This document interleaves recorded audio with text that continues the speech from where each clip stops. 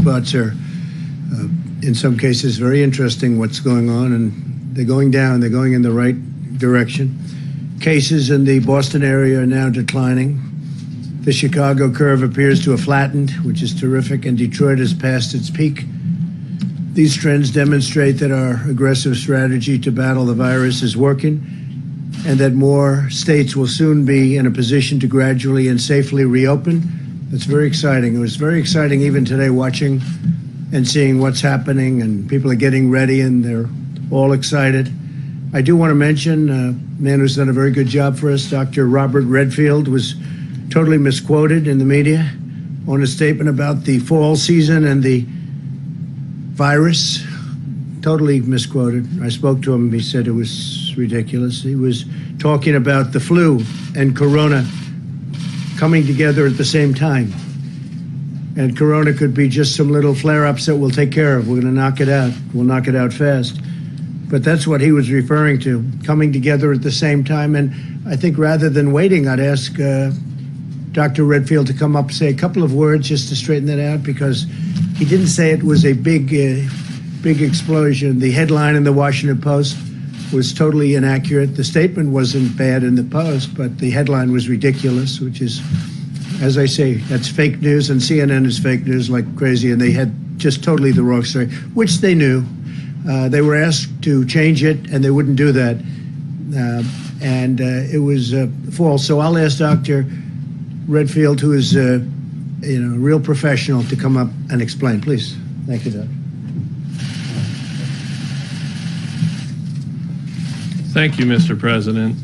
I really do think it's important to clarify this as we build the confidence of the American people.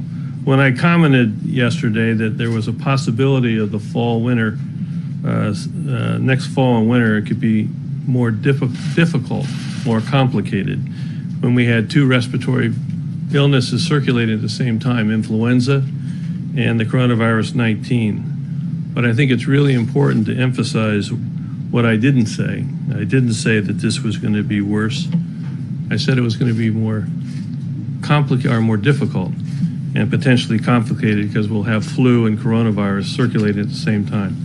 I want to emphasize that we continue to build the nation's public health infrastructure to ensure that we have the capacity to stay in the containment mode. Those of you who heard me talk before, I've told you that in January and February, up to February 27, 28, this nation had 14 cases.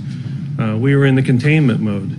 And then unfortunately, the virus overwhelmed where we got into extreme mitigation. We are building that public health capacity now to make sure that we stay in the containment mode for the upcoming fall and winter season. So we will not need to resort to the kind of mitigation that we had to this spring.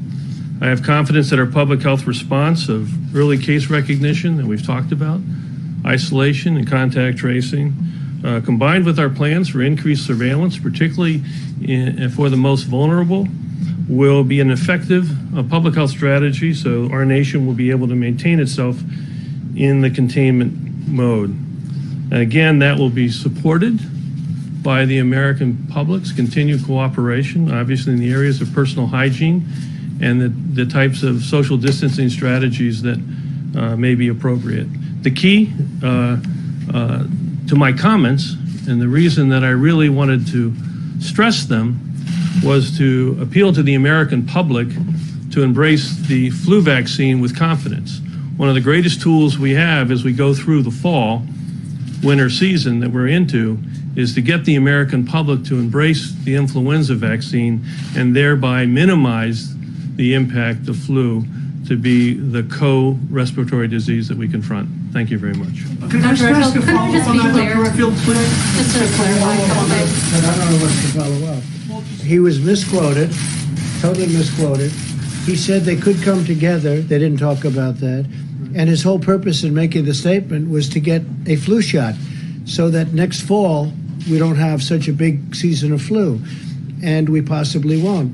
But as you said, it's possible if the corona even comes back, and he doesn't know that it's going to, and neither do I. We spoke at great length. And I think the doctor will speak if you'd like to continue, but we may have some embers, and we're going to put them out, of corona. But we may have a big flu season. but that's different. Flu is very different from corona. Ask you a follow-up question? Yeah, go ahead. Okay, Sure. so Dr. Redfield, the Washington Post, which you did the interview with them, they quoted you as saying there's a possibility that the assault of the virus on our nation next winter will actually be even more difficult than the one we just went through. And when I've said this to others, they've kind of put their head back. They don't understand what I mean. We're going to have the flu epidemic and the coronavirus epidemic at the same time. Is that what you said to the Washington Post? Yeah, that's what I was trying to say to you just a minute ago, that the issue that I was talking about being more difficult, is that we're going to have two viruses circulating at the same time. This spring that we just went through, February, we had a benefit of having the flu season ended. So we could use all our flu surveillance systems to say, whoops, this is coronavirus, we need to focus. Next fall and winter, we are going to have two viruses circulating. And we're going to have to distinguish between which is flu and which is the coronavirus. And so the comment that I made, it's more difficult.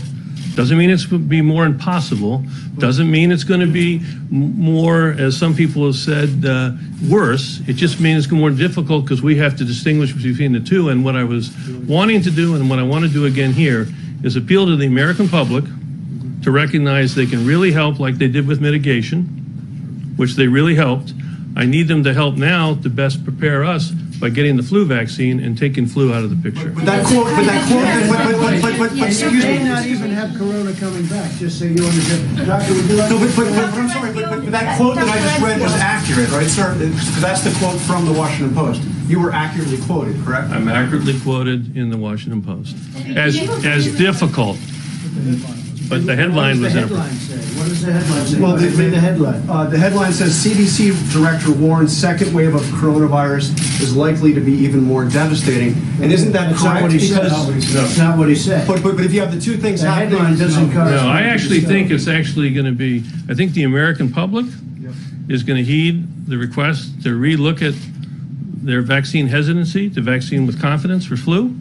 And I'm confident that the public health infrastructure that we're putting together now across this country so that we can early case diagnose, isolate, and contact trace, as I say, block and tackle, that system is going to be there, and we're going to be able to contain this virus. Why did you retweet the article if it was inaccurate? Doctor, why did you retweet it? You weren't called. So we talked about this yesterday when you asked me this question, and someone I think used the word devastating. And I want to really, again, emphasize to the American public that when we first interacted with this virus for the first time in the February and March timeframe, we didn't have an understanding of its transmissibility, all of its symptoms. We do now. And I think what we are building together when we talk about the public health infrastructure, it is very much working on the surveillance piece. But I think we also know the strength of the American people and their ability to immediately understand how to protect themselves with not touching their face, making sure that they're washing their hands. But the other piece I wanted to talk about, and we mentioned yesterday also, that we have this summer, while we have flu surveillance that we can utilize and syndromic management that we can utilize, we have all of that time to prepare clearly the testing algorithm that you would need in a flu potentially if COVID came back. Potentially. And so we are preparing for that potential right now. And I think we spoke to you all about that and talked about how we're not only preparing for today and tomorrow, but we're preparing for 6 months from now, 3 months from now, and making sure that all of these pieces are in place. I think what Dr. Redfield clearly was asking for, just like we asked for every American to follow the guidelines, he's saying, please add to that guidelines getting your flu shot and making sure you're Wouldn't you say protected. there's a good chance that COVID will not come back? We don't Or know. if it comes back, it's in a very small confined area that we put out. Well, Go ahead. the great thing is we'll be able to find it earlier this time. And I think that's what we're talking about. We'll find those cases earlier. So what Dr. Redfield said, we would be able to stay in containment phase. And what we're also hoping, and we talked about this about 4 or 5 weeks ago, that we're hoping that the flu infections also go down because people are much more aware of respiratory illnesses and how to protect themselves. We want you to get your vaccine, but we also want to also protect individuals from getting the flu because of the vulnerability we know in certain populations to flu and the devastating outcomes to flu. We could prevent and decrease both of those things. So I think we are assured that the CDC is putting in place today what we are going to need in the fall so that we can stay in containment if potentially the virus comes back. And if it comes back, though, it won't be coming back in the form that it was. It will be coming back in smaller doses that we can contain. But what the doctor was saying, and I spoke to him at great length, he was saying if it should come back together, now you have a flu and you have the embers of corona. But in my opinion, from everything I've seen, it can never be like anything that we've witnessed right now. Would you say that's the correct statement? Absolutely. It's nothing like what we're talking about. What we've just gone through, we will not go through. You could have some embers of corona and you could have a big flu system. And if they combine, if they come together, it's not great, but we will not go through what we went through for the last 2 months. Yeah. Mr. President, Is that a correct statement? I understand that the United States will certainly be more prepared in the fall, but how can you say that you know it won't come back in the same level that it has today? What it is estimated, it might not come back at all, Jeff. It may not come back at all. He's talking about a worst case scenario where you have a big flu and you have some corona. And if it does come back, it's not going to come back. And I've spoken to 10 different people. It's not going to be like it was. Also, we have much better containment now. Before, nobody knew about it. Nobody knew anything about it. We understand it. Now, if we have pockets, a little pocket here, then we're going to have it put out. It goes out, and it's going to go out fast. We're going to be watching for it. But it's all possible. It's also possible it doesn't come back at all. I understand the containment, but I don't understand how you know it won't come back on a big scale. I didn't say it's not. I said if it does, it's not going to come back on anything near what we went through. But you could have a mess where they come at the same time. And if they come at the same time, the flu is not the greatest thing in the world, Jeff. It's not the greatest thing either. If they come at the same time, you have them both. But if we have embers of corona coupled with the flu, that's not going to be pleasant, but it's not going to be what we've gone through in any way, shape, or form. Yeah. If you don't think that it's going to come back at the same severity it is right now, why are you still directing that taxpayer dollars to spend on emergency procurement of ventilators? Tens of thousands. Because we have to have them for other reasons. Something else could come. I mean, we didn't know about corona. Now we know about corona. But look at what happened. And now we did have the H1N1 swine flu. We had that. We have other things that have happened. We had various forms of flu, but nothing like what we've had here. Nothing at all like what we've had here with the virus. But something could happen. I think that the stockpiles, we're making hundreds of thousands of ventilators right now. Nobody writes about that. You know, at the one time, all they talked about was ventilators, right? Because you didn't think it was possible for me to solve that problem. And I solved it, and nobody can believe it. I just spoke to world leaders today who desperately need ventilators.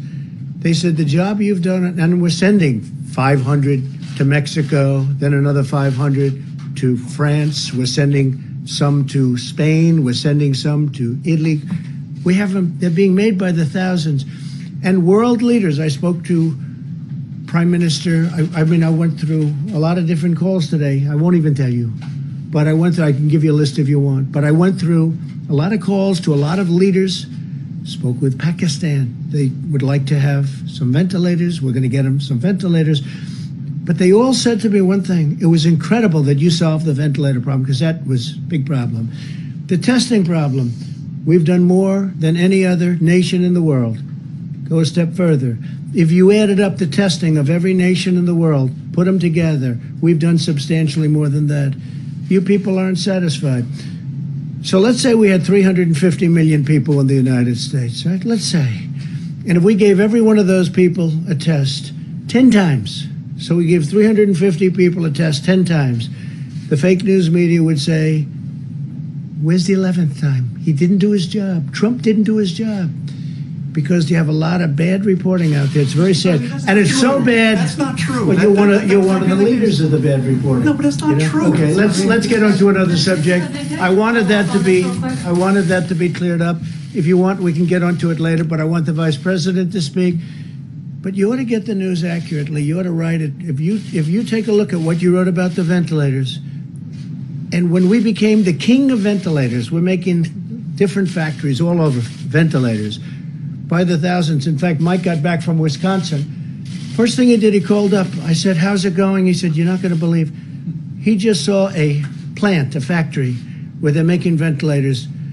I think I can say the words were unbelievable. He said it was unbelievable when he saw the quality of the equipment, the professionalism, a tremendous number of, how many workers would you say were there? Over 550. They doubled production and are about to triple production. Nobody thought this could be done. The fake news was very unhappy that it was done. But you guys don't ask me about ventilators anymore. Who's unhappy that ventilators Everybody, are being made, Mr. because you President? never mention it. You never mention it. There's no stories. What a great job we've done with ventilators. We're now supplying ventilators all over the world because no other country could have done what we did. And you should say that's a great story. Instead, you say Trump was slow or slow. We were so fast. Plus, we put the ban on so much earlier. When Nancy Pelosi, as an example, you don't say this, when she's having her rally in San Francisco, in Chinatown, in San Francisco, nobody wants to say that. If we didn't, and Dr. Fauci said this, if we didn't close our country to China, we would have been so infected like nobody's ever seen. When you saw the chart, and we were at the top of the list in terms of success, nobody wrote it. I said, "Where is anybody going to use that chart?" Nobody wrote it. In terms of mortality, you saw that. Nobody wrote it. Germany and our country, the most successful in terms of mortality. Nobody wrote it. It would be great if you wrote the truth, but let's get on with it because I want Mike to speak, and then we'll take some more questions on the assumption you'd like to, and I think you probably will. It's been encouraging to watch states begin to open up, and it really has been. It's a beautiful thing to see as restrictions are lifted. We must maintain vigilance and continue practicing social distancing. I encourage governors to follow a careful, phased approach, and I want to remind all Americans to adhere to our guidelines, very important. The governors are going to adhere, hopefully, or they're going to do what they think is best. I want them to do what they think is best, but ideally they'll adhere. Wash your hands, avoid close physical contact as much as possible, and wear a face covering when distancing is impractical. There are cases. We've flattened the curve and really made tremendous progress, but we must guard against a dangerous rebound. We don't want a rebound. That's so important. This is what we're just talking about. We don't want a rebound. The doctor doesn't want a rebound. These people definitely don't want a rebound. I don't think you want one, do you? Huh? You, especially. We don't want rebounds after all this death that we've suffered. Not work. I don't view work. I view it death that was unnecessary. Should have never happened. Should have never left that little area where it started. You know it, and I know it, and they know it. In our all-out war against the virus, we continue to make great strides on testing, famous testing, doing more than anybody else anywhere in the world. Nothing funny about that, John. Most of the governors have never faced a situation like this before, but we're helping them find unused testing capacity within their states. Tremendous testing capacity that the governors, in many cases, didn't know they had. And additional capabilities are coming online every day. We're coming up with new equipment, like the Abbott Laboratories equipment. On-site, 5 minutes, great success. Everybody wants it. But you can only make so many of those machines, so we have many other forms of testing. We have many other machines that do it very quickly and by the millions. Our task force issued its reopening guidelines earlier than April 30th to give governors the time that they needed to develop testing capability and capacity and customize plans for their states, which many of them did. We've had some governors do a fantastic job on testing and on a lot of other things. I spoke, as you know, Governor Cuomo was here. We had a great conversation on testing yesterday, and they're doing a really good job in New York. We're working very closely with each of the states to help them succeed. I spoke earlier today with Governor Newsom, California, and that was all about testing that conversation. He's been scaling up really well, really good job. And I agreed to help him get some of the critical supplies that California needs to make use of the tremendous capacity that they found. This is a tremendous testing capacity, and I'm going to do it very quickly. He needs certain things. We're going to get that to him very quickly. Now, could he get it himself? Yes, but I can get it faster. He understands that, and he's done a great job, and we're going to have it to him. We're going to have a lot of it to him over the next 2 days, and we're going to beef it up the following week, get him a lot of additional. He's done a really terrific job in California. Some of the governors have done a fantastic job working with us. I told the governor of Georgia, Brian Kemp, that I disagree strongly with his decision to open certain facilities which are in violation of the Phase 1 guidelines for the incredible people of Georgia. They're incredible people. I love those people. They're great. They've been strong, resolute, but at the same time, he must do what he thinks is right. I want him to do what he thinks is right. But I disagree with him on what he's doing, what I want to let the governors do. Now, if I see something totally egregious, totally out of line, I'll do. But I think spas and beauty salons and tattoo parlors and barber shops in Phase 1, we're going to have Phase 2 very soon, is just too soon. I think it's too soon. And I love the people. I love those people that use all of those things, the spas and the beauty parlors and barber shops, tattoo parlors. I love them. But they can wait a little bit longer, just a little bit, not much, because safety has to predominate. We have to have that. So I told the governor very simply that I disagree with his decision, but he has to do what he thinks is right. I'm excited to announce that in the coming weeks, the Air Force Thunderbirds are incredible, and the Navy Blue Angels, equally incredible, will be performing air shows over America's major cities and some of the cities that aren't major cities. They're going to be doing a lot of work, a lot of very dangerous flying. It's dangerous. You know the odds when you start going at massive speeds and you're 18 inches away from each other. It's dangerous work.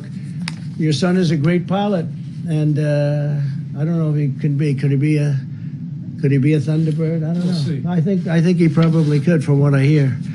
I don't know if I'd want him to be, but because it's incredible what they're able to do, and to sacrifice our front line. What we're doing is we're paying tribute to our front line healthcare workers confronting COVID, and it's really a signal to all Americans to remain vigilant during the outbreak. This is a tribute to them, to our warriors, because they're equal warriors to those incredible pilots and all of the fighters that we have for the more traditional fights that we win, and we win. If we want to win, we always win. Sometimes we don't want to win, so we just go to a standstill.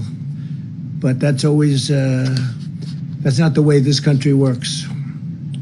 Operation America Strong was the idea of our great military men and women, the Thunderbirds and the Blue Angels crews, who wanted to show support to the American medical workers who, just like military members in a time of war, are fiercely running toward the fight. It's going to be great. I want to see those shows. I've seen them many times, and I can't get enough of them. And on July 4th, we'll be doing what we had at the mall, as you know. We're going to be doing it. Last year was a tremendous success, and I would imagine we'll do it. Hopefully, I can use the term forever. It was a great success, as you remember. Even though it was pouring, it was raining so hard. It was raining. That was about as hard as I've seen in a while, but it was an amazing success. Didn't bother the pilots, didn't bother the military, didn't bother the crews that we had there. So we're going to be doing that again on July 4th. Our great military is operating at 100% during this crisis, and thousands of troops are deployed alongside of civilians in the COVID hotspots. As you know, you see them all over. When I spoke with Governor Cuomo, and when I spoke to Gavin Newsom and many of the other governors, they wanted to know if we could have some military help with the medical, and we gave it to them. And in every case, they said fantastic. I mean, just fantastic. In New York City, Mayor de Blasio called me to say it was inspiring to watch. He was there when the military came in. He said it gave everybody spirit when he saw the professionalism and the spirit that they had. They walked in and they helped a lot of people, doctors, nurses, respiratory technicians and professionals. It was an incredible thing. But everybody that saw them going to work said that was something special. So we're going to have some tremendous air shows all throughout our country, and that's in honor of what we're all going through together and the people that are helping us so much. And unfortunately, the people who have passed away from something that should never have been allowed to happen. Following around-the-clock negotiations yesterday, the Senate answered my call to replenish the Paycheck Protection Program so that millions of additional American workers can keep getting a paycheck. We just increased it by $310 billion. I urged the House to pass the bill without delay. In our first round of funding, we provided nearly $350 billion, and it went at record speed to American workers and small businesses. And it's really been an incredible success. I want to thank the banks. We had the big banks, the little banks, the commercial banks of all kinds. We had the community banks, were fantastic, by the way, community banks. And as you know, this was an interesting story. In recent days, I've called for Harvard, that's Harvard University, which has a $40 billion endowment fund, to return the money that it was allocated under the CARES Act. And I'm pleased to announce that Harvard has announced today that they will not accept the funds, nor will Stanford University or many of the others that were involved, both on a university level, also on a company level. Some of the companies were bigger than people had represented or bigger than people had thought, and strong enough that they didn't need the money. So there's a certain amount of money that we are not sending. As soon as I heard it, I said, stop funds. And for the most part, I guess they stopped it, Mike, right? They stopped it. But we're not, they're not accepting the money, and that's great. And so I want to thank Harvard. I want to thank Stanford, and I want to thank the other companies. In the case, it's broken differently between colleges and companies, but I want to thank the companies and the other great universities, and there's some great ones. The legislation passed by the Senate yesterday also reserves $30 billion in loans for small financial institutions that serve minority and distressed communities. Very important. We're determined to protect our African American, Hispanic American, and minority workers who have been hit so hard by this hidden enemy. My administration is pursuing a comprehensive strategy to address the full spectrum of needs in these communities, supporting both health and economic revitalization. First, my administration is committed to providing the testing that is needed to fight the virus in distressed communities. In the last month alone, we've already sent over $1.4 billion to our nation's 13,000 community healthcare centers. Think of that, 13,000, to increase testing and treatment in the underserved areas. We're also expanding access to telehealth. Telehealth has become a big deal. You know, I've been reading about it for years, and all of a sudden, because of this, it's become a big thing. People can't leave their houses. They didn't want to leave their houses for various reasons, including they wanted to follow the guidelines. The legislation passed by the Senate yesterday, and I want to thank everybody. A great vote, great. It's, as you know, it was a unanimous vote. How often do you see that?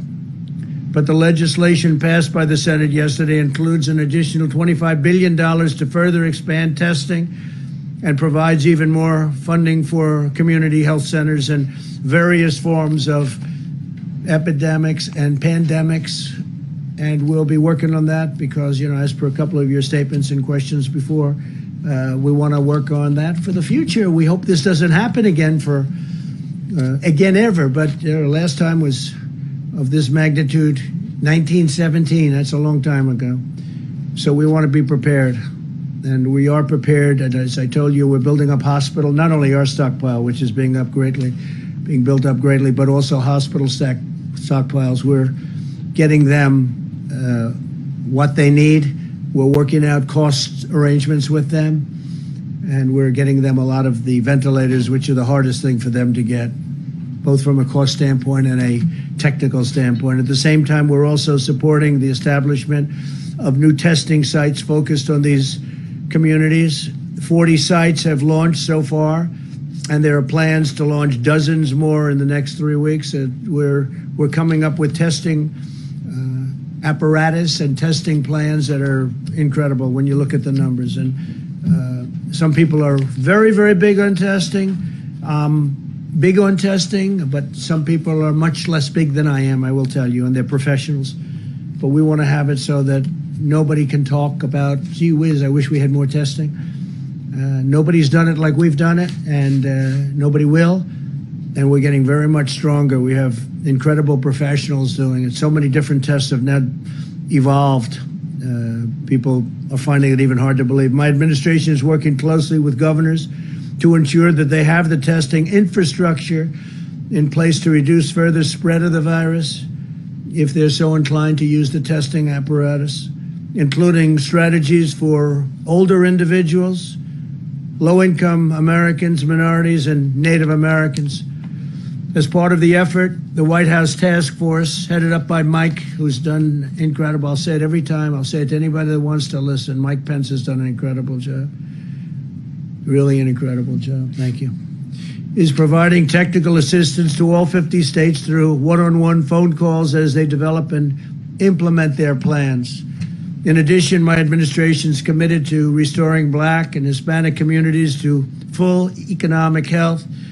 They want to be healthy economically and physically, and that's what we're doing. To that end, today I'm directing the White House Opportunity and Revitalization Council, led by Secretary Ben Carson, to focus its effort on supporting underserved communities impacted by the coronavirus. And so Ben Carson is working on that with Mike and myself and a lot of other people. I'm going to ask Tim Scott, who was so helpful with the opportunity zones. That's an economic answer to a lot of problems, and Tim Scott was fantastic. And so I'm going to ask him to get involved with you, and I'm sure he'll be willing to do it from South Carolina. I also asked the council to identify what additional funding will be required from Congress beyond what has already been provided. We're really building ourselves a strong base, and we're building ourselves a wall that's very different from the kind of walls that you've been hearing me talking about. But it's nevertheless, it in many ways performs the same function, and hopefully it's going to perform it equally as well. Furthermore, the council will seek input from the private sector and community leaders on how we can best support minority and distressed communities.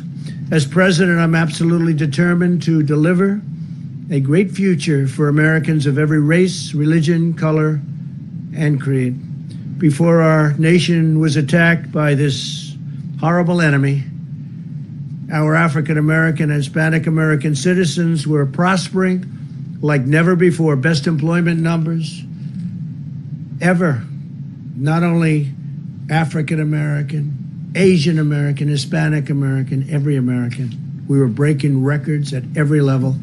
We had almost 160 million people employed. We were never even close to that number. And we were also breaking them economically, highest stock market numbers, highest numbers of every kind. And I think we're going to be back there, and I think it's going to be much sooner rather than later, and I think we'll surpass those numbers, including our employment numbers. But I'll not rest until that prosperity has been fully restored. And again, I really believe that we're going to lift those numbers higher than ever before, and it won't be as long as people might think. A lot of very smart people are looking at that, and they're betting. You just have to look at what's going on with the stock market. In order to protect our great American workers, I've just signed an executive order temporarily suspending immigration into the United States. This will ensure that unemployed Americans of all backgrounds will be first in line for jobs as our economy reopens. Crucially, it will also preserve our healthcare resources for American patients. We have to take care of our patients. We have to take care of our great American workers. And that's what we're doing. So I've just signed it just before coming into the room. and very important, very important. And as to amending it or extending it, that we can do at the appropriate time, but it's now signed. Earlier today, the First Lady and I planted a tree on the south lawn of the White House in recognition of the 50th annual Earth Day. I was led to announce that we will begin to reopen our national parks and public lands. We want Americans to be able to satisfy and be really safe. We want them to satisfy their family that safety is going to happen, and it will happen, and maybe even at a level like never before. We've learned so much, but we want them to enjoy these great national treasures as we continue to take reasonable precautions, and hopefully it'll be just reasonable. My administration has directed more than $7 billion in federal funding to support the development of treatments, diagnostics, and therapies, and that's something, doctors, I hope you can really work on. It's something so powerful and so important. The FDA, the NIH, and industry leaders are establishing master clinical trial protocols to test multiple promising new drugs at the same time, and we're doing a lot of testing right now. More than 1,600 locations across the country have signed up to administer convalescent plasma to patients, infusing them with antibodies of those who have recovered. And when they recover, I said it last time, practically the first thing they say is, I want to give my blood so that I can help other people. They want to give their blood. It's incredible. They're laying in bed. They're still in pretty weakened conditions, and they say, I want to give my blood, and that's happening all the time, isn't it?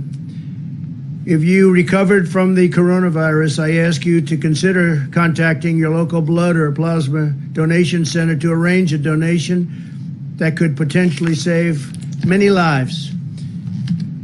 With love for our nation and loyalty for our fellow citizens, we will safeguard our families, care for our neighbors, heal the sick, protect our workers, and build the future for a country that is the greatest country anywhere in the world, and we're only going to get greater.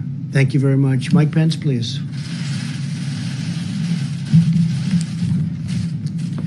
Thank you, Mr. President.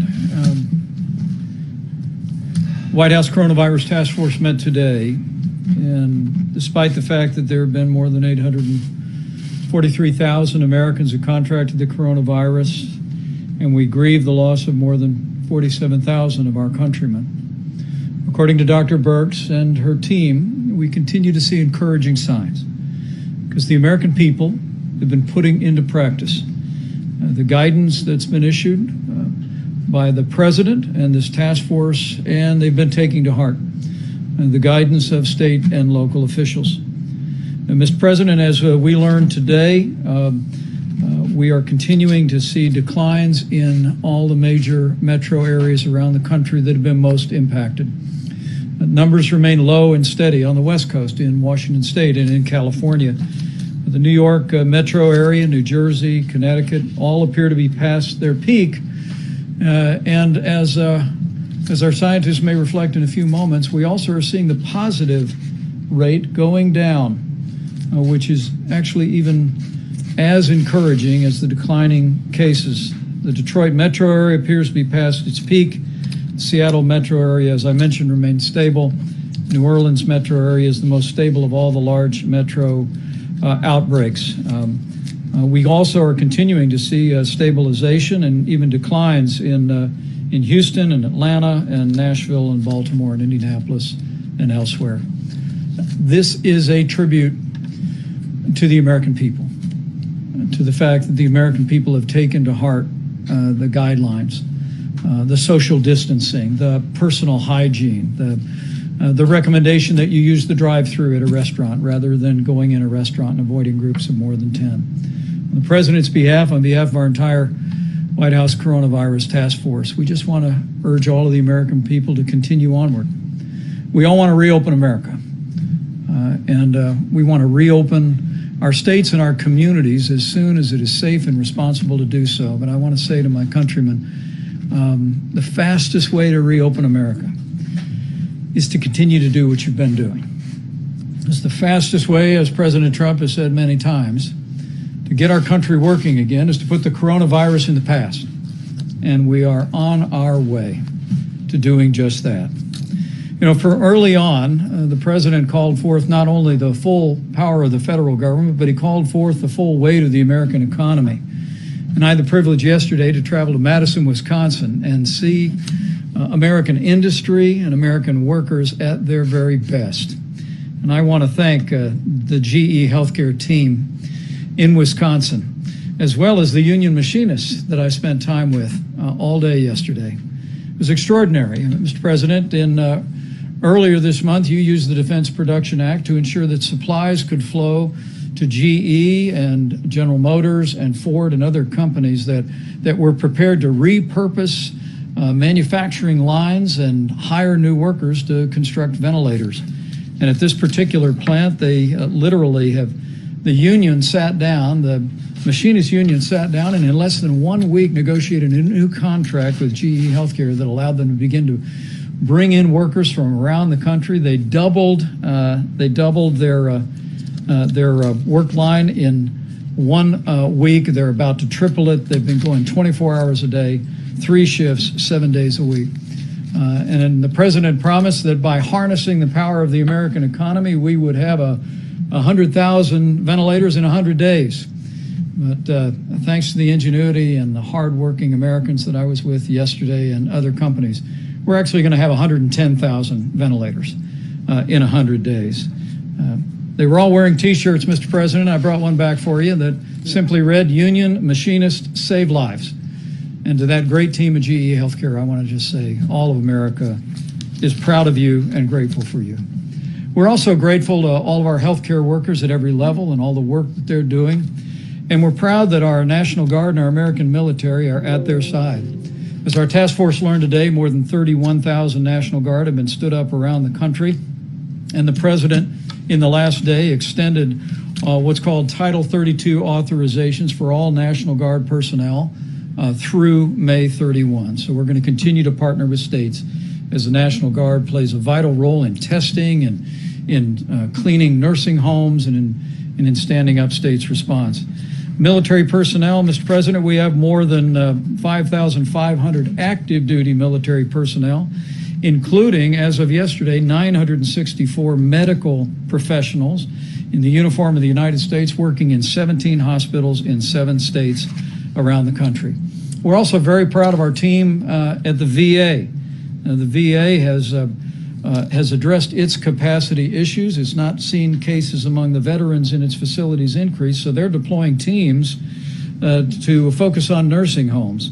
In Massachusetts, the VA personnel have disinfected 2 different nursing homes. In New Jersey, they literally taken over 2 state nursing homes and deployed 90 doctors and nurses.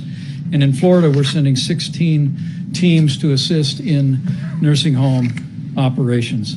As the president also mentioned, in addition to what I saw yesterday in Madison, Wisconsin, we continue to build our strategic national stockpile. It's growing again with ventilators, on nearly 11,000 in supply. 901 new ventilators will be added, transitioned in the near term, and every American, I think, can be confident that should the need arise for your family member facing serious consequences from the coronavirus to need that equipment to help them breathe, that equipment will be there. As we said yesterday in Wisconsin, and you've said, Mr. President, I think it should be a great source of comfort to every American that no American who has required a ventilator in the United States has been denied a ventilator. And that's a testament to our healthcare workers, a testament to every American putting mitigation principles into practice, and it's a testament to all these great companies. Speaking of great companies, American businesses are stepping up. It was on April 1st that I traveled to a Walmart distribution center, and the president reached out to the president and CEO of Walmart to ask Walmart to get in the gowns business. And Mr. President, I'm glad to report to you that we heard today at the task force that Walmart is producing 8.4 million gowns, and they will be delivered into our commercial supply to healthcare facilities around the country by the end of June. They're hardly alone. Honda is producing 500,000 face shields. New Balance is making 100,000 masks a week. In a very real sense, The American people have stepped up to make the sacrifices and endure the hardship that social distancing has required. But American businesses at every size and every means have come together to respond to the president's call. It really has been a whole of America approach. And our message from the president's White House coronavirus task force is to tell the American people it's working. We're getting there. We can see light at the end of the tunnel. We can see the day that we can reopen and put America back to work. But it's going to take all of us continuing to make the sacrifices necessary to practice those disciplines to get us to a place where we can reopen safely and confidently. With that, Mr. President, I'll call Dr. Fauci up for his reflections, and we'll move on. Thank you very much, Mr. Vice President. So I'm going to just take off from where I was at this podium a few days ago to kind of reiterate some of the things that the Vice President said, but to kind of connect the dots from where we were, where we are now, and where I think we're going to be. So you remember a couple of weeks ago when we talked about the fact that we were going to have a really bad week because the deaths, particularly driven by the situation in New York, were going to get worse and worse. But yet, as that was happening, we were starting to see some turnaround, some flattening, and some coming down. As you've heard from Dr. Birx and will likely hear more, that is continuing. So what has happened is that the mitigation that we put in with the first 15 days and then the 30-day mitigation program of physical distancing worked. So it got us to where we are today. It is a successful formula. It is the basis for our being able to say that we can now think seriously about reopening America. And for that reason, we put together a carefully thought out and I believe well delineated and described program for opening up America again. And you know what it is. It's the guidelines that we announced a few days ago. Those very guidelines are based on a version of the successful formula that got us to where we are. So what I'm trying to say is that the program is not one that is going to be turn the lights on in America, we're finished. We're not.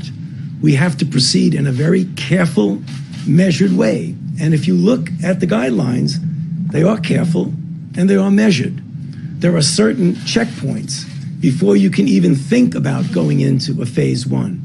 And then things relax a little as you go into phase two, and relax a little and you go into phase three. Now, we live in a big country and it's heterogeneous, and there are different dynamics of outbreaks in different parts of the country. So the speed with which one can go from one to another, at the point at which you can even begin to think about the phase, is going to differ. So the one thing that I know, the urge we all have to get out there and get it over with, let's get back to normal, for a lot of good reasons, because there's a lot of suffering, economic and otherwise, in this country because of that. But again, as I've pleaded early on weeks ago, I plead with the American public, with the governors, with the mayors, for the people with responsibility. Although I know one has the need to leapfrog over things, don't do that. Do it in a measured way. This is a successful formula. The problem is, if we don't do that, there is a likelihood that we'll have a rebound. And the one way not to reopen the economy is to have a rebound that we can't take care of. So please, again, let me just close by pleading with the American public in general and those who are responsible leaders to carefully consider how we get back to normal. Thank you. Can you talk a little bit about your expectations for the fall? We heard from Dr. Redfield and Dr. Birx. What do you see for the fall? Is it going to be embers or possibly no return of the virus at all? You know, as I've said before here, when you look at an outbreak, it's two dynamic forces opposing each other. If you leave the virus to its own devices, it will take off if you do nothing to stop it. If you put into place the kinds of things that we talk about, first containment, and then hopefully you never get to mitigation, but containment is important. Those two forces are going to determine whether you're going to have a big outbreak. So what Dr. Redfield was saying, first of all, is that we will have coronavirus in the fall. I am convinced of that because of the degree of transmissibility that it has, the global nature. What happens with that will depend on how we're able to contain it when it occurs. And what we're saying is that in the fall, we will be much, much better prepared to do the kind of containment compared to what happened to us this winter. Now, the complicating issue is that unlike the syndromic and influenza-like observances that we have, that you could pick it up by clinically what's happening, it's going to get complicated by an influenza season. And I believe that's what Dr. Redfield was saying, that is going to be complicated.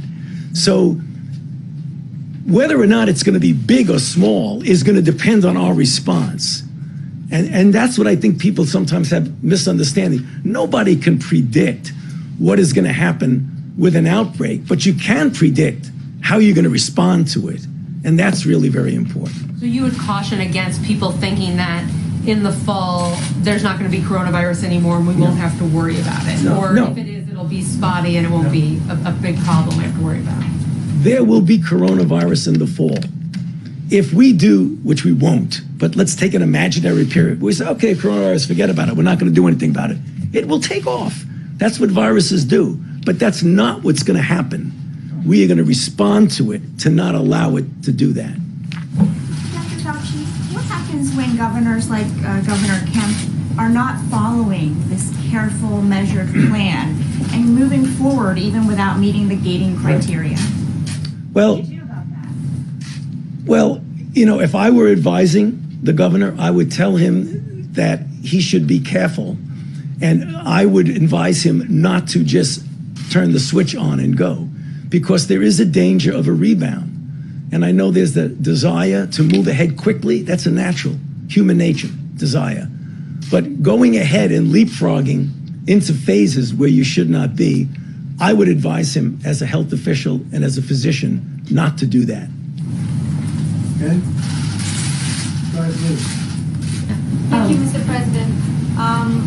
Can you please give some details about the executive order? I know that the White House has just released a document. I haven't had a chance to review it. Well, we can talk about that later. It's an executive order on immigration. We want Americans to have the jobs. We want Americans to have the health care. We want to take care of our citizens first. We have to. It's a very powerful order. It's for 60 days. At the end of 60 days, or maybe even during 60 days, I'll extend it or not, and I'll maybe change it. I might modify it. Yes? Exemptions for immigrants who are already here, Mr. President? Yeah, go ahead, please. Immigrants who are already here in the country or immigrants abroad who already effectively have a green card trying to get into the country, and healthcare workers. We're talking about immigrants that are trying to get in, and we're talking about people, and also, by the way, people that are coming in illegally. Now, as you know, because you've seen the numbers, our border, our southern border, is very, very tight. It hasn't been this tight in years. It's being helped by 160 more than that miles of wall that are going up. I'm trying to get to 450 by the end of the year, 450 miles. And we'll have 530 miles early next year. And that's really great. It's fully funded. We have all the funds, and the Army Corps of Engineers is doing a fantastic job. Same people that did Javits Center, as you know. They're doing a fantastic job. So our southern border is very, very tight, for good reason, for very good reason. We're also being helped by 27,000 very good soldiers from Mexico, and I want to thank the president of Mexico. He's been terrific in many ways, including on what we're doing with COVID. And as you know, we have a very good trade arrangement with Mexico now, which we didn't have before. So I want to thank the president of Mexico, in particular for the 27,000 soldiers. They're doing a fantastic job. For healthcare workers, sir? You want to talk about the exemptions for healthcare Yeah, workers? we want to protect our healthcare workers, and that's one of the other reasons we're doing this. Yes, John? Mr. President, I want to ask you about Rick Bright. He's the head of the federal agency in charge of getting a vaccine out to Americans once it's ready. He says he has been pushed out of his job because he raised questions about hydroxychloroquine. and some of your directives on that. Was he pushed out of that I job? never heard of him. You just mentioned a name. I never heard of him. When did this happen? This happened today. Well, I never heard of him. If the guy says he was pushed out of a job, maybe he was, maybe he wasn't. You'd have to hear the other side. I don't know who he is. Please. And on the hydroxychloroquine. Hold on 1 second, please. Well, I just wanted to, you said by 4th of July, you expect people will be on the National Mall and we'll be having a celebration like we Hope so. did last year. Given what the doctors are just saying that, coronavirus is still going to be out there, it might not be as bad as it is now, but it's still going to be circulating.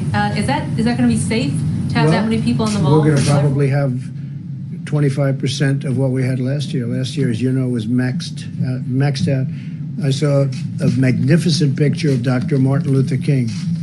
And I saw a magnificent picture of our event last year, and both of them were maxed out. It was beautiful to see, beautiful, very similar.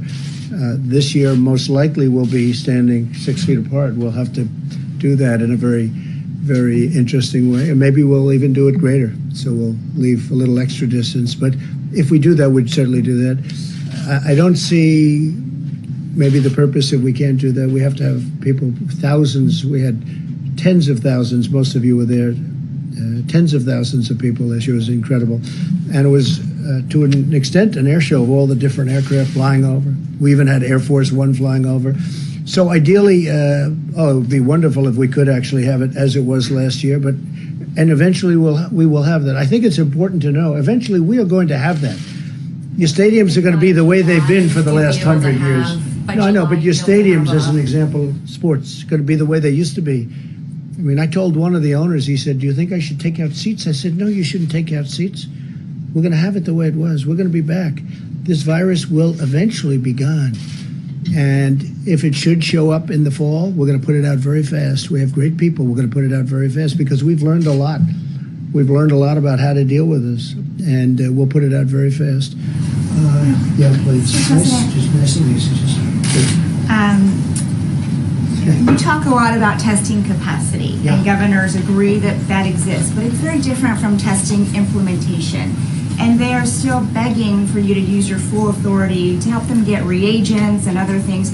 As you would like to say, what do you have to lose by helping them do that? Well, I am doing and becoming the king of testing? And let me just say, we are the king of testing already. There's no country in the world that's done more. Not even 0.2% of the population has been tested. Is that good enough? I just said there's no country in the world that's done more. And we have tests that have already come out that are going to be introduced very shortly that will do it more. My problem is this, it's very much of a media trap. Whether we did 2%, 5%, 50% or 100%, it'll never be enough, no matter what. Now with the expertise and with what we did, because of our expertise and tremendous talent at manufacturing, what we did with the ventilators, that wasn't a trap because we got them done shockingly to everybody because of the incredible talent like Mike Pence saw yesterday in Wisconsin. But we have numerous of those sites all over the country doing the same thing. So that when the governors were complaining, some of the governors, I must say, and it was very much along party lines for the most part, but except for one, when the governors were complaining, we said, no, how many do you need? We need 50, we need 100. One governor asked for many, many, many thousands, and it turned out they didn't need that, and that's good. We got them, and nobody that needed a ventilator, you know this, and we went through this with the governors that needed a ventilator, didn't get a ventilator. That was an incredible achievement. With testing, it's a little different. It's much easier than ventilators. It's like 2%. But, for instance, the swabs are coming in by the millions. They're literally coming in by the millions. Totally ordered. We wanted the highest quality. We could have gotten a much lesser quality. We didn't want to do that. We got the highest quality. But testing, it's like no matter how well you do, you can always say more. With the ventilators, they either have them or they don't. In fact, we went to one meeting. Who wants a ventilator? One governor said, we'd like 25. 25, you got them. Who else? Nobody spoke up. That was 4 weeks ago. So that was great. The problem with the testing is, as I said, if we test 350 million people, you'll say, no, we want them to have a second test or a third test or a fourth test. Not everybody believes as strongly as some people in testing. Some people want to do testing because they think it's impossible for us to fulfill that goal. That's easy compared to ventilators, as I've said. But we have a tremendous testing capability, better than anybody in the world right now. And every day it's growing, and it's growing very substantially. These doctors are very talented people. They've seen testing all their lives. They've never seen anything like we've been able to do. So we're going to give everybody what they want with the testing. But again, testing, and I've said it from the beginning, the actual test has to be administered locally. You can't do from Washington or faraway locations federal testing nearly as well as you can, where you have a governor and he has mayors and they have representatives and they know the back of a Walmart. Put it in the parking lot in the back of a Walmart, or put it in a certain location in different states. They're doing it beautifully. It's working beautifully. The relationship I have with the governors, and Mike has, and we all have with the governors, I would say other than one or two, but even them, they don't complain. They're not complaining. So we're doing tremendous testing. And ultimately, we're doing more testing, I think, than probably any of the governors even want. Okay, please, Jennifer. Back on the immigration EO, can you say, is it just for green cards, for green card holders? Or Green cards were is it also for subject, people seeking temporary work visas? It's subject to change. We have some people coming in, for instance, helping the farmers. We want to have the farmers take care. They've been coming for years and years, and they're helping our farmers, and they've been coming in for years. We don't want to do, the border's been turned off a number of times over the years. And you know what happened? Our farmers all went out of business. They were out of business. They couldn't farm. We're taking care of our farmers. Nobody ever took care of farmers like I take care of farmers, including the $19 billion that we're dispersing to farmers because of some very good things that happened. Subject to change because some of your advisors are saying there could be a problem with it, or subject to change? No, because just it might be modified. It could be modified next week, in 2 weeks. It could be modified in 2 months. No, we may modify it as we go along. But right now we have a very powerful immigration ban, but it could be modified, meaning made tougher or made less tough. We don't want to hurt our businesses, and we don't want to hurt our farmers. Very important. Can I ask you about your conversation with Governor Kemp? What did he say to you when you said you strongly disagreed with him? And for gym owners and tattoo parlor artists and barbers in Atlanta and in Georgia generally, would you advise them to listen to you and not to their governor? Look, I'd like them to listen to their governors, all of their governors. I have the right to do if I wanted to clamp it down, but I have respect for our governors. They know what they're doing. I think, and as you know, Brian Kemp, governor of Georgia, I worked very hard for his election. He beat their superstar. He beat the superstar of their party. I think you can say I helped a lot. Michelle Obama, Barack Obama, Oprah Winfrey, they all went in. They campaigned for him very, very hard. And he lost. He also was way down in a primary and ended up winning a primary after I came out and endorsed him. So a lot of good things, and there's a lot of good feeling between myself and Brian Kemp. I like him a lot. I happen to disagree with him only in time and timing. I disagree. When you have spas, beauty parlors, and I love these people. I know the people from spas and beauty parlors, tattoo parlors, bikers for Trump, a lot of tattoos. I love them. I love these people. And barbershops. These are great people. But you know what? Maybe you wait a little bit longer till you get into a phase 2. So do I agree with him? No, but I respect him, and I will let him make his decision. Would I do that? No, I'd keep him a little longer. I want to protect people's lives. But I'm going to let him make his decision. But I told him I totally disagree. Okay. Thank you, Mr. President. The Vice President in his remarks was talking about the federal efforts that have been undertaken as it relates to nursing facilities. And as you both know, they've been just so incredibly hard hit, just tragic, over 10,000 COVID-19 deaths so far. The industry says that they're struggling as it relates to testing. Can you commit to increasing testing at the nursing facilities across the country? We're doing that automatically. I mean, that's almost common sense, but we're doing that automatically. I mean, you look at the state of Washington. That was our first glimpse of it. They got hit so horribly in that nursing home. It seemed like everybody was from a particular nursing home. So we knew immediately that was going to be a problem, and we're doing that 100%. We're taking very special care of our nursing homes and our seniors, other than me. Other than me. Nobody wants to take care of me. But other than me, we're taking care of our seniors. Another area. Please, Thank you, Mr. President. No, it's just an enormously important question. And we want to thank the American people who have been putting off visits to their grandmothers and grandfathers and moms and dads. It's tough. I'm going to be in Indiana next week, and I'm not going to go see my mom. She lives in her own home, but people get it, that the risk of serious illness for a healthy American of the coronavirus is fairly low. You'll either have flu-like symptoms or no symptoms at all. But as we've said so many times at this podium, and the American people get it, a healthy American could inadvertently convey the coronavirus to a senior with an underlying health condition and have the kind of heartbreaking results that we've seen in nursing homes around the country. It's the reason why from early on, the president took decisive action to raise the infectious disease standards at every nursing home in America. He deployed all 8,000 of our inspectors, the Center for Medicare and Medicaid Services, to dedicate all of their time to ensuring compliance with those new higher standards. We've spoken about nursing home issues with governors around the country, and frankly, there are governors around the country that have done remarkable work with nursing homes. You mentioned Governor Brian Kemp. He actually used the National Guard in Georgia. He deployed them to nursing homes to do cleaning and to disinfect areas of those nursing homes, and it's tremendous service.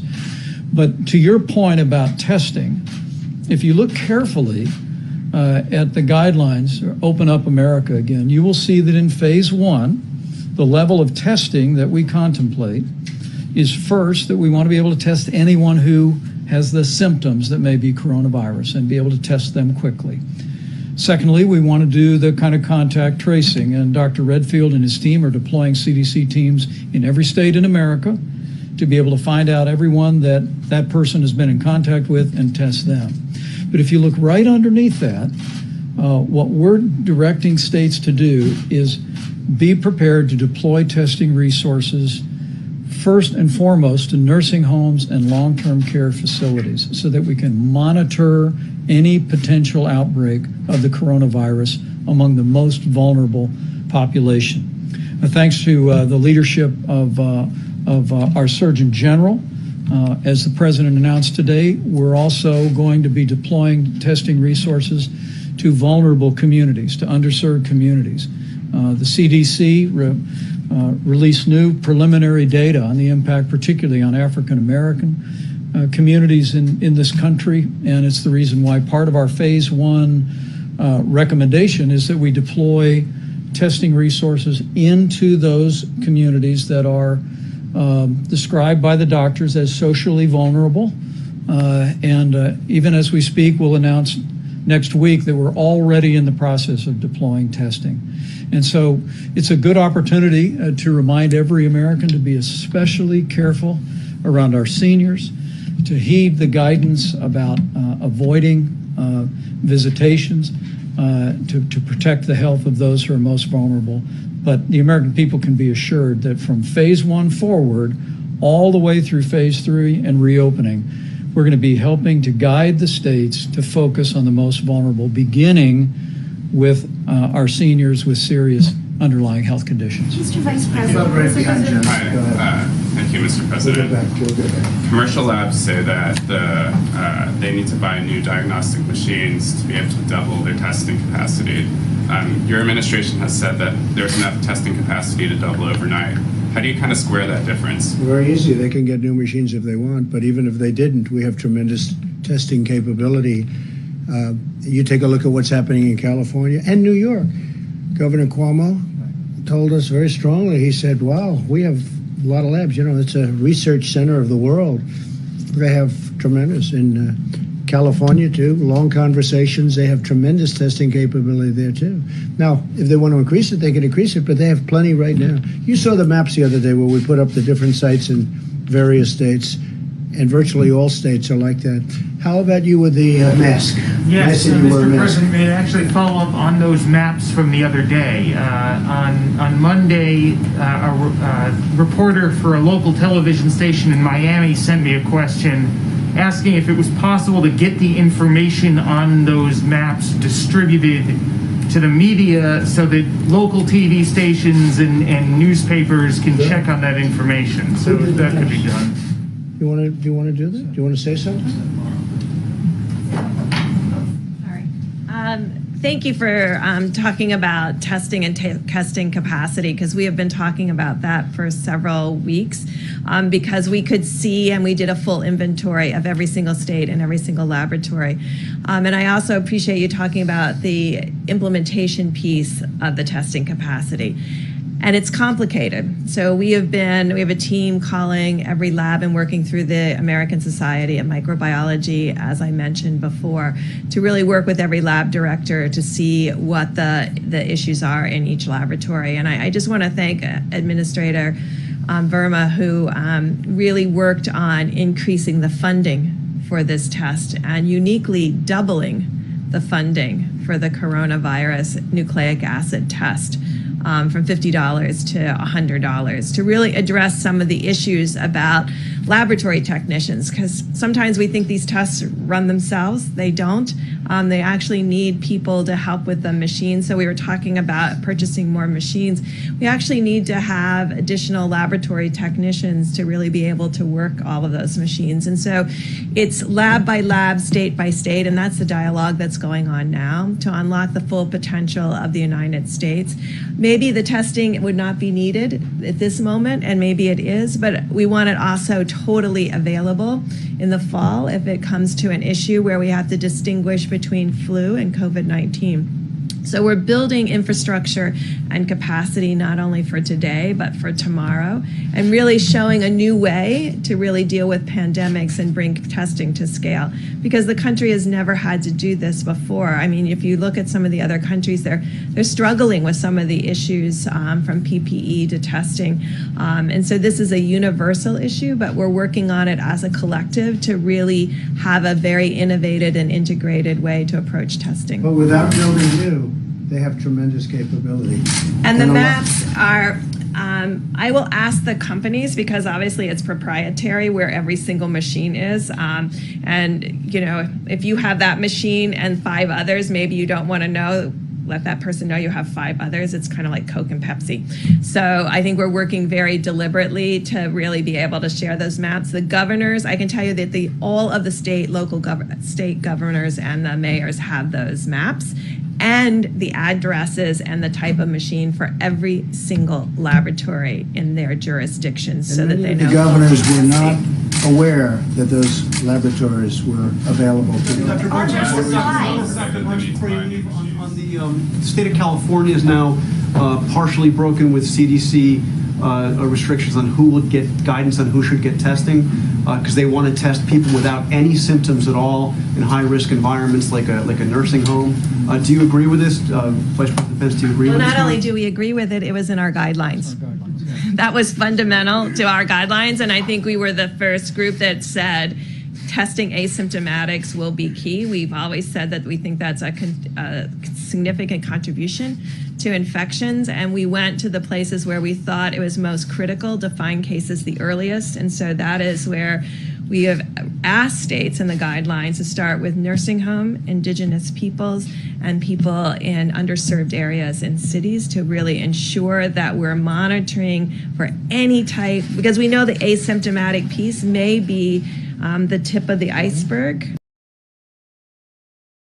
In fact, be the iceberg underneath the +% range, because we think it's really important that you have a very high quality test, but a high quality test that you can really tell someone that they've had this before. And so we're waiting to have those 2 tests that we can do in series to really assure people. But that was in the guidelines from the very beginning, and we think it's fundamental both for right now and going through the fall, because that will be our early alert if any of the COVID virus reappears. How much more testing are we going to need? You didn't know that was in the guidelines? The CDC. Well, it's currently in the CDC guidelines. So you're saying it's right in the guidelines. Dr. Burks, while you're there, can I Jerome, just... would you like to say something to that? Please. Thank you, Mr. President. And I just want to reiterate to everyone that the task force and the administration have a commitment to protecting vulnerable people, and that includes in the area of testing.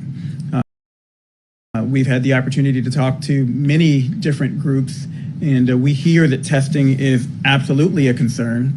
And we'll be giving you more details in the coming days, but I just want you to know that we're building on the public-private partnership that the President rolled out with pharmacy and retail companies like CVS, Walgreens, Rite Aid, Walmart, and Kroger to accelerate testing for more Americans in more communities across the nation.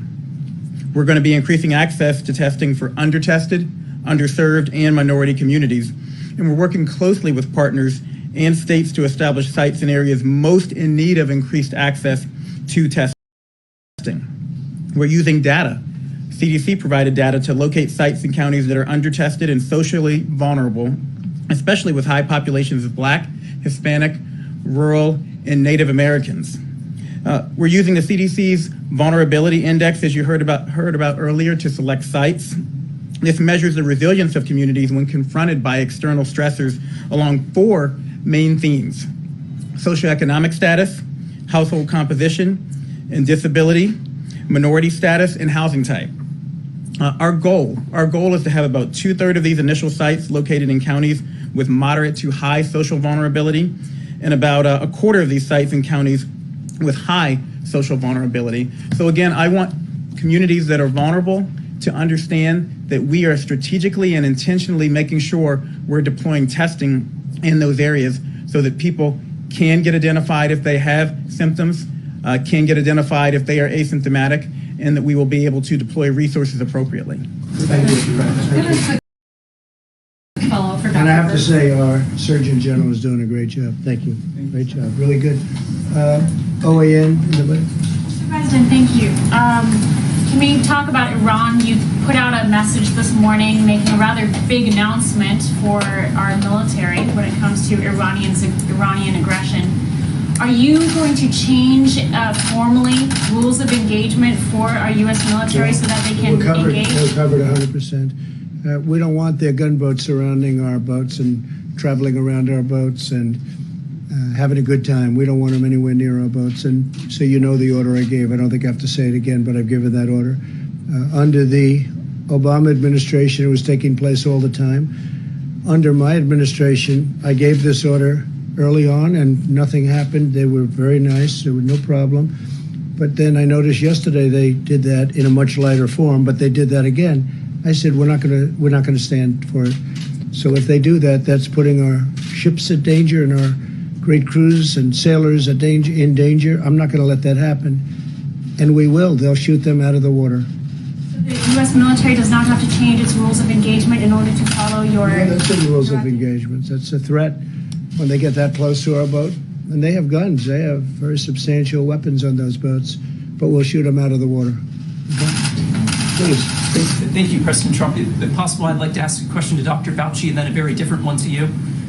To Dr. Fauci, today the CDC and the USDA said that the first pets in America had tested positive for the coronavirus. What does that mean, and what should the public know about that? Pets? Pets, 2 pets. So that question was asked before, but I'll be happy to answer it again. Certainly, animals, pets, can get infected. Big cats in zoos have been reported to be infected with coronavirus. There's no evidence that the virus is transmitted from a pet to a human. Now, obviously, is that impossible? I mean, biologically, anything is possible, but there's no evidence whatsoever that we've seen from an epidemiological standpoint that pets can be transmitters within the household. So it's not surprising. I mean, when you have viruses that can infect multiple species, isolating it from an animal doesn't necessarily mean the animal is transmitting it. What about the lion in the New York Zoo? Yeah, well, that's the lion of the New York. How did that happen? It probably happened. I don't know, Mr. President, but I would imagine that one of the zookeepers probably had an asymptomatic infection, took care of the animal, gave him some food, touched him or whatever, and that's how we got it. Thank you. And President Trump, my question for you, President Trump, my question for you is, earlier in these briefings, you talked a lot about giving Americans hope, and you wanted to focus on that. But now that the crisis seems to perhaps be lessening, I wanted to ask you about accountability. And of course, millions of Americans became familiar with you as the tough boss who fired people for doing a poor job. I want to ask you about two specific things. There's a report from Reuters today that the HHS secretary put a former dog breeder in charge of day-to-day coronavirus efforts to begin with, and also on Facebook. Reuters reported today that Alex Azar, the secretary of HHS, put in a former dog breeder. That was his most recently former job in charge of day-to-day operations of the coronavirus. That I don't know, but you just tell me something. What's the second? And the second one is on face masks. Taiwan has a bigger population than New York State. Early on, they had universal wearing of face masks. No problem with face masks if the governors want to do that. You know, we ordered, I don't know if you know, 500 million face masks. We have hundreds of millions right now. And if people want to wear them, it's up to the governors. If the governors want that, it's up to, now it's more appropriate in some states, obviously, than others. You have the big planes, and you have certain states where it's much less necessary. But no, that's up to the governors, and we have that very well covered, I think, face masks. But people are wearing masks. We have hundreds of millions of face masks, and we have at least 500 million. That's a lot. We'll have them very shortly. Lots of people are wearing face masks now that the federal government advised it. It was almost overnight. But less than a month ago, our Surgeon General said that, and I'm quoting, they're, quote, not effective in preventing the general public from catching coronavirus. I mean, should there be accountability there and also for the HHS secretary? Well, I don't know. Would anybody like to speak about it? I think, just so you understand, if somebody wants to wear them, I'm all for it. Would somebody like to discuss that? Go for it, boss. I think the comments that we made when we came into face masks, and I think it's important when we came out with the CDC guidance about face masks, or what we called face coverings, was in recognition of the growing understanding of asymptomatic infection or pre-symptomatic infection, was the recognition that we could use a barrier. And the reason, you know, and I have mine when I'm in public right here that I use, you know, that this barrier, in case I was in fact infected, if I didn't know, is a barrier to prevent me to protect you in case I happen to be asymptomatically infected. There's very good data to show that the ability of viral particles to go through a barrier is substantially diminished.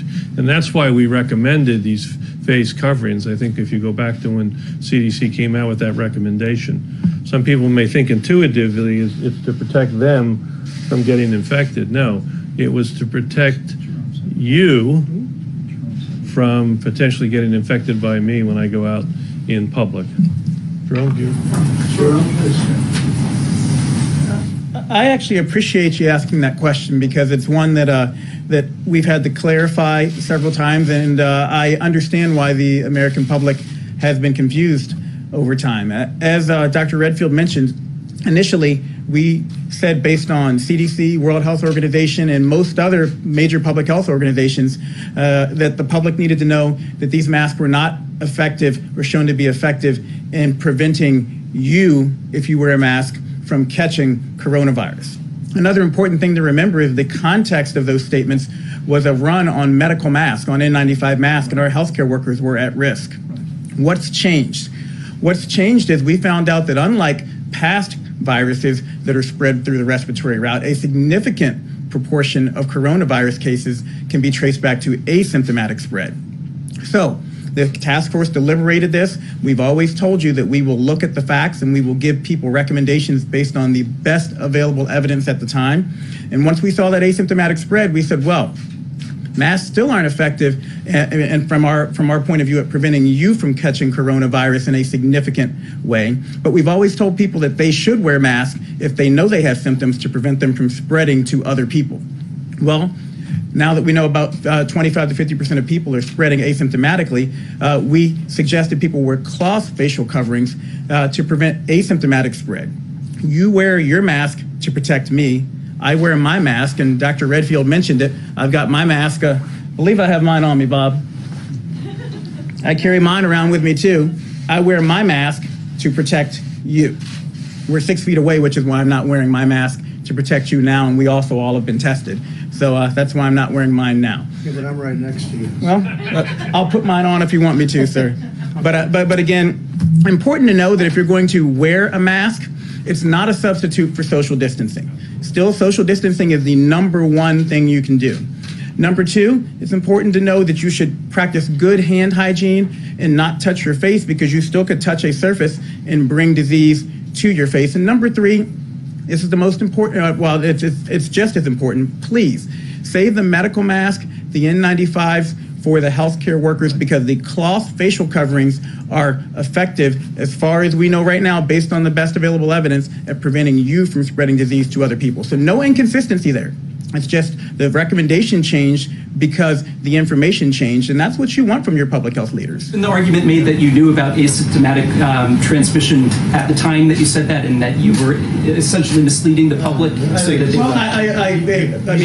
the honest answer to you is no, we did not. That was the recommendation of the World Health Organization and the CDC, and we gave you the best information we could at the time. So I actually a little bit resent that implication, because I work hard to try to protect the American people, and we are always going to give the American people the best information we have available at the time. And we're humble enough to say, look, if we don't know, we're going to change. We're going to change those recommendations. Just a wise guy question, that's all. Please, go ahead. Mr. President, I wanted to ask you about the launch of the military satellite by Iran. Wanted to get your response to that. Do you see this as an advancement of the missile program? You mean the shot they took? Well, they say no. Okay, they say all sorts of, it was for television. Does anybody really believe that? They want to have better television in Iran. So they say no. We're watching Iran very closely, very closely. We know more about Iran than they do right now. We know more than they do. So we know all about it. We watched it. We knew it was going up. We followed it very closely. They say it was for television. Yes, please. Mr. President, just a quick follow-up. Finish up then, please. Yeah, very quickly. Are you concerned that they see this as a potential vulnerability on the part of the United States? Or is the outbreak? What is it, vulnerability? Military readiness, the outbreak on the Roosevelt, the fact that you're consumed with dealing with coronavirus here in the United States? Various navies have had outbreaks of COVID. Look, we're in 184 different nations right now. 184, the COVID. No, we have a problem on that. Just shows you how rapidly it spreads. It started off with 2 sailors and then 10 sailors and 20, and now I hear it's 540, of which one's died and a few are very sick, but most of them are back in great shape. But we did lose one, and it attacked the lungs of that young person. And then we also had a number that were quite sick, but they're all either better or getting better, but most of them are better for a long time already. Okay, please. Thank you, Mr. President. As you know, over the course of the past few weeks, there have been the closures of several meat processing companies across the country in several states. Yeah. Is this a concern to you? Are you going to increase testing in these facilities? Look at South Dakota, how well the governor's. Yeah, look at South Dakota, how well the governor's done there, and all of a sudden you have a big spike in one location, and she's got that very much under control, as you know. But nevertheless, that was surprising, and they had a big one right near where you were yesterday, as I understand it, and. So, yeah, we're concerned about that. They're closing 1 or 2 of the plants, actually. Is the food supply secure? Yes, totally secure. It's in great shape. Yeah, in the back, here you go. Thank you, Mr. President.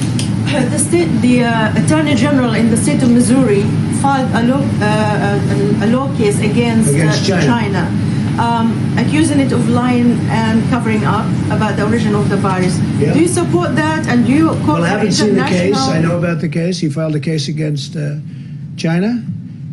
I love Missouri, as you know. It's great.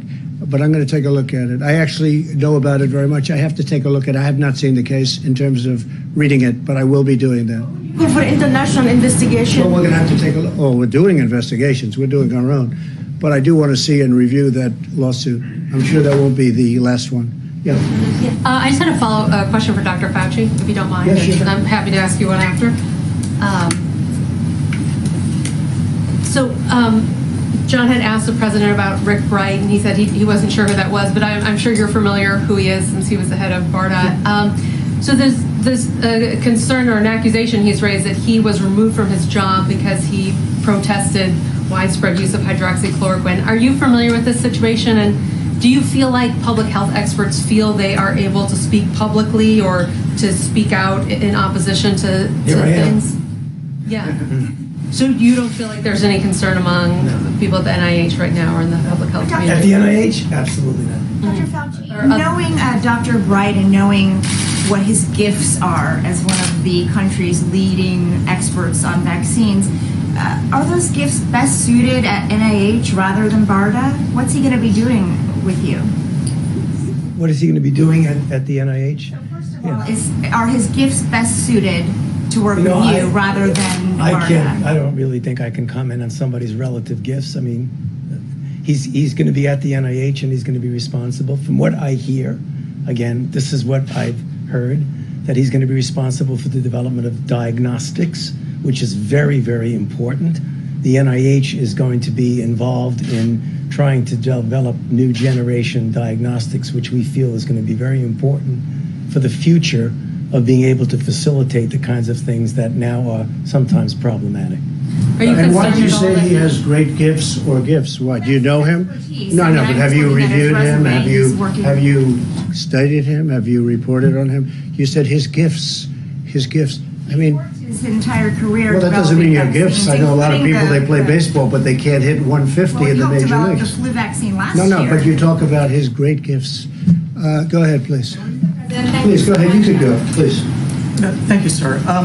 I have two questions, one for myself and then one for a colleague of ours who cannot be here today because of social distancing. From where? I'm with the USA Today. First, the executive director of the National Association of Counties said today that the White House did not want to see money for local, state and local governments in the latest COVID assistance package. And they didn't want to say what? What does that mean? Tell me. I'm sorry? What does it mean? Repeat it. Say it a little differently. The executive director of the National Association of Counties said today that the White House objected to putting funding for state and local governments into the latest COVID assistance package. Oh, really? That's interesting. Is he a Democrat? I do not know. Well, check it. How could you ask that question without knowing? Check it out. You'll find out. I'll check it out. Okay, what's the next question? His question was... You know the numbers, you know the money we put into states, local governments, everything else? And they have to be responsible for their own finances. But you check it out. Go ahead. What's the next? His point was that he said that you felt like that this would somehow be a disincentive for states to open their economies. Is he correct about that? How would he know what I felt? I never spoke to him. I don't even know who he is. You don't know who he is either. Yes, his name is Matthew Chase, sir. Okay, it doesn't help me and it doesn't help you. Okay, go ahead, Jim. Mr. President, also... Do we want to keep going a little while longer? Yes. You're not going to say, oh, he took questions all night long. Okay, right? Yes, right? please, thank you. Okay, well, good. How many questions can you ask? Go ahead. We all have fun because we're talking about something very important. The main thing is, I think we're getting to a lot of solutions. We never want this to happen again. We never want this to happen again. What happened?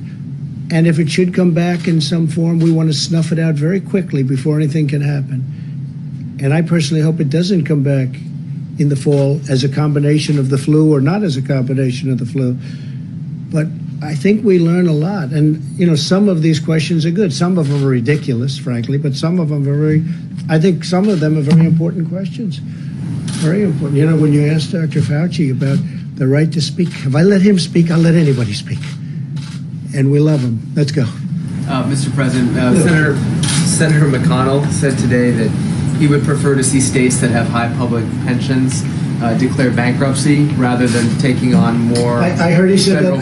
I don't know what he said. I'll have to call him and ask him. That's what he said. Well, that's okay. I'm going to have to look at it directly. Would you agree with him on that? I can't tell you that. I have to see. I want to base it on fact and reason. I want to see what he said. You know, why he said it and how he said it. I'd have to watch him say it. But some of the states are not doing well, let's face it, and some are doing phenomenally well. A state where Mike was governor, Indiana, I looked at their numbers. It's incredible what they're doing. Some states are doing fantastically well. Iowa's doing great. You have states doing well, and you have some states that aren't doing well. We know the ones. I don't have to mention the ones that aren't doing well, but you do have states that are in trouble. And certainly they're coming back to talk to us. We'll see what happens. Are you concerned, sir, about the growing U.S. national debt as a result of these stimulus Well, we had no packages? choice. Do we have a choice? Yeah, I'm always concerned about everything. We had to fix this problem. We were attacked. This was an attack. This wasn't just, oh, gee, And this wasn't the flu, by the way. You know, they like to say the flu. Nobody's ever seen anything like this. 1917 was the last time. We were attacked. We had the greatest economy in the history of the world. We had the greatest economy, better than China, better than any place. They will tell you that. I dealt with them for a long time, and they will tell you we had the greatest economy, and we built it in the last 3 years, 3.5 years, we built it. And then one day they came and they said, you have to close it. I said, you got to be, these people right here, they said, you have to, they came into my office, into the Oval Office, and they said, we have to close the economy. I said, let's explain this. Explain this to me. The greatest ever in history, and we had to close it. Now we're going to open it again, and we're going to be just as strong or stronger. But you have to spend some money to get it back open. We saved our airlines. We just, as you know, finished up with the airlines. We saved numerous companies that are great companies that 2 months ago were having the best year they've ever had. Now all of a sudden they're totally shut out of markets. There was a great spirit today. You know, the fact is some of the governors are opening up their states.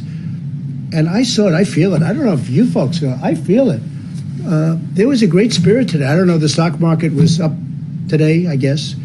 It was up quite a bit when I just walked out here. And I will say, I feel much different today than I did 2 or 3 days ago.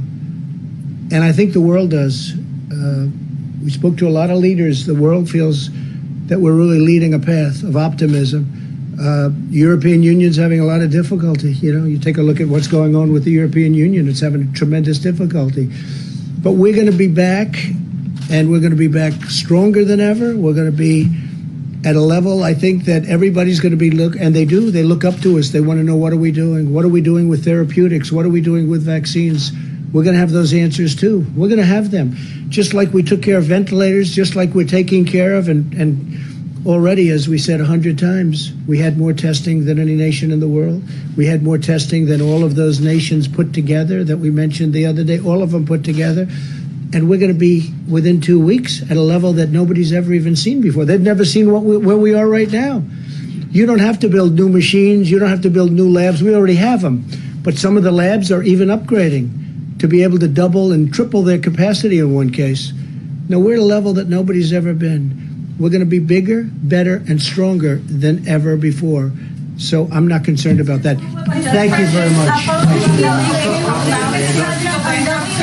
Would you change your mind if Dr. Tedros was replaced? Dr. Burke?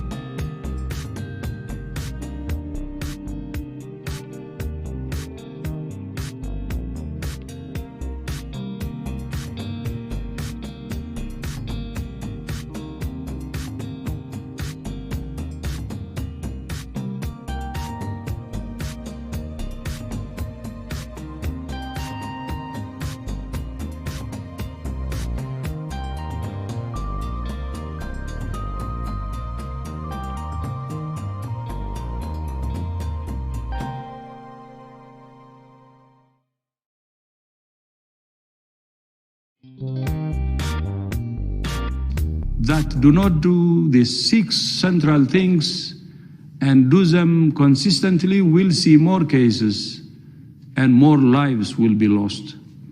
To be clear,